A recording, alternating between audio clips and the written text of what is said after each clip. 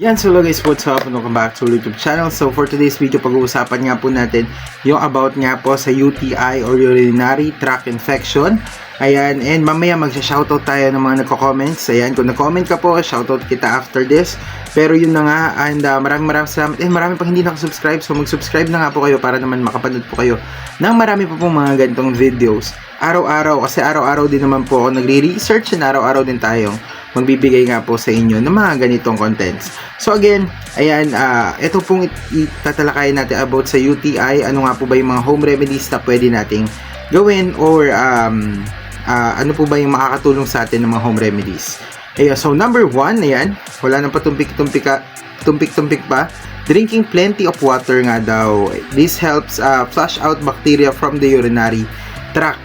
Ayun, so syempre may mga bacteria, that's why meron tayong UTI. So drinking plenty of water nga daw po makakatulong to eliminate na ma-flush out po natin yung bacteria sa ating urinary tract. Ayun, so number 2, ayan, is yung avoid irritants daw po, such as, ito na po yung mga avoid natin: coffee, alcohol, and citrus juices. Ayan, it can help daw po reduce bladder irritation.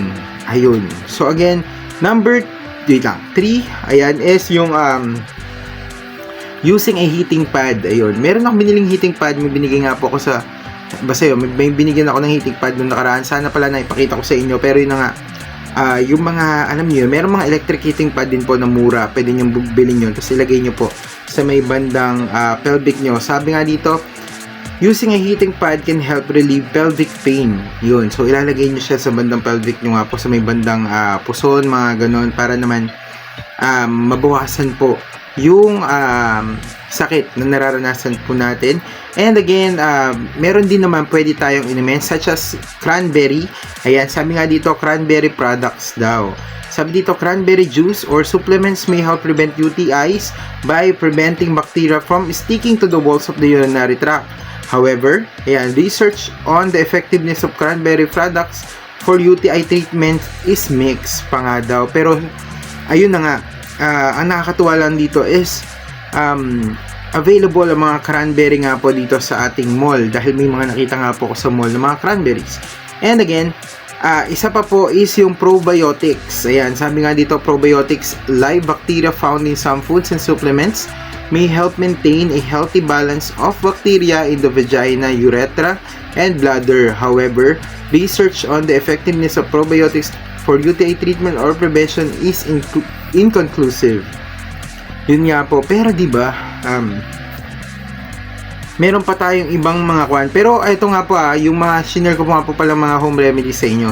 Just in case hindi nga daw po maging effective, sabi nga dito, if your UTI does not improve with home remedies or antibiotics, or if you experience, ito na nga po, fever, chills, nausea, or vomiting, seeking medical attention immediately, seek medication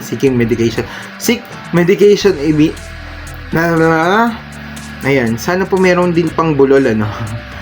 Ayun, basta isik na daw po natin yung medication, or pumunta na tayo sa doktor natin para naman po ma-diagnose na rin. Baka kasi daw po merong kidney infection na mas seryoso. So, wag nating ipawalang bahala din. Syempre, mainam na rin na natingnan din tayo ng espesyalista, especially kung hindi nga po gumagana itong mga home remedies natin. Pero meron ding mga prevention nga rin po dyan. Stay hydrated, katulad nga po na sinabi po natin. Ayan, and don't resist the urge to urinate nga po. Ayun, kailangan talaga pagka ano tayo ay pagka naiihi na natin para iwas infection pa po sa ating alam niyo na, ayun, sa ating pantog. And sabi nga dito, urinate after having sex daw to help flush out bacteria daw. Ayun. So, hindi ko na ulitin para hindi nakan. And isa pa po is wipe from front to back. Ayan. Wipe daw po natin from front to back. Sa babae, I think sa babae ito, no? Sabi kasi dito, after urinating or defecating. Ayan, kung dudumi ka or ano ka after mo umihi. Front to back, hindi po back to front. Kasi usually yung sa may bandang wet box natin, sa may likod, pagka back to front, yung hindi gaanong nalinis yung back natin, pag pag i-back to front po natin, kumisa napapasok sa may kwan, na-infect po. So, ang advice nga po nila pag hinugasan, front to back, hindi po back to front. Ayun. Yun lang. So again, sabi dito, avoid diaphragms and spermicide condoms nga daw po. Hindi ko alam po ano ibig sabihin, pero yun na nga. Sana naintindihan nyo yun. Huy! And ito nga po, avoid scented products daw po near your genital region as they can irritate the urethra. Ayun. So yun nga po, yung mga na-research nga po natin about sa UTI. Hopefully po ay may natutunan nga po kayo. Pero ito na nga po tayo, dumako naman na po tayo sa pag-subscribe nyo. Hoy, marami pong hindi nakasubscribe pa, so mag-subscribe na po kayo.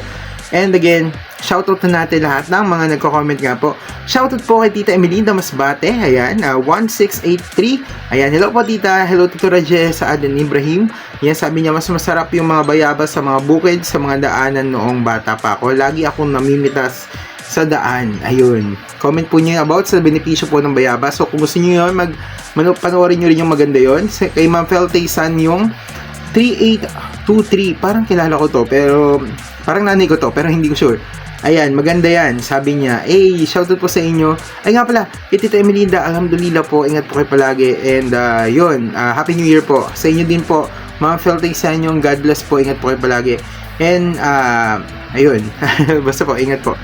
And kay Ma'am Felita Ngalin 4646, sabi niya gagawin ko yan doon sa may pampaswerte natin, sa may 50 pesos. Again guys, kung gusto niyo swertehin, maglagay daw kayo ng ganun doon. So ayan na nga, sinare ko na yon, gawin niyo na. Ayan, so andun yung procedure.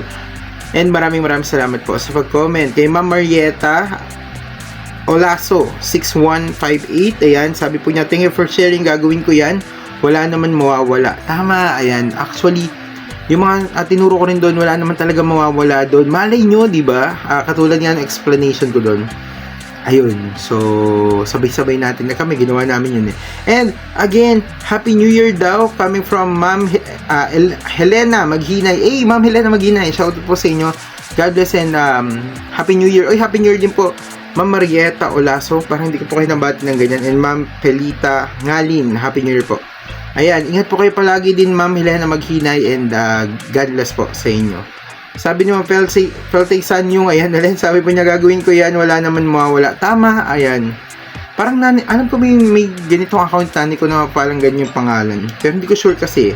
Alam ko Feltay lang, pero basta yun. Pero yun na nga po, kung sino man po kayo, shoutout po sa inyo. God bless and ingat po kayo palagi. And kay Onion Babes, ayan, hey! Ayos to shoutout sa iyo and God bless, ingat ka palagi. Ayun lang guys. So guys, alam nyo na, kung gusto nyo pong makatulog, makatulog talaga, pa-share na rin po to, pa-like and pa-subscribe na rin po dito sa ating YouTube channel. So maraming salamat po sa inyo and ingat po kayo palagi and sana maging maganda ang magiging takbo ng taon nyo po na to at sa mga susunod pang mga taon. And Happy New Year po sa inyong lahat. God bless po. Alhamdulillah and ingat po kayo palagi. Thank you po and bye-bye. See you po again sa another vlog po natin. Thank you.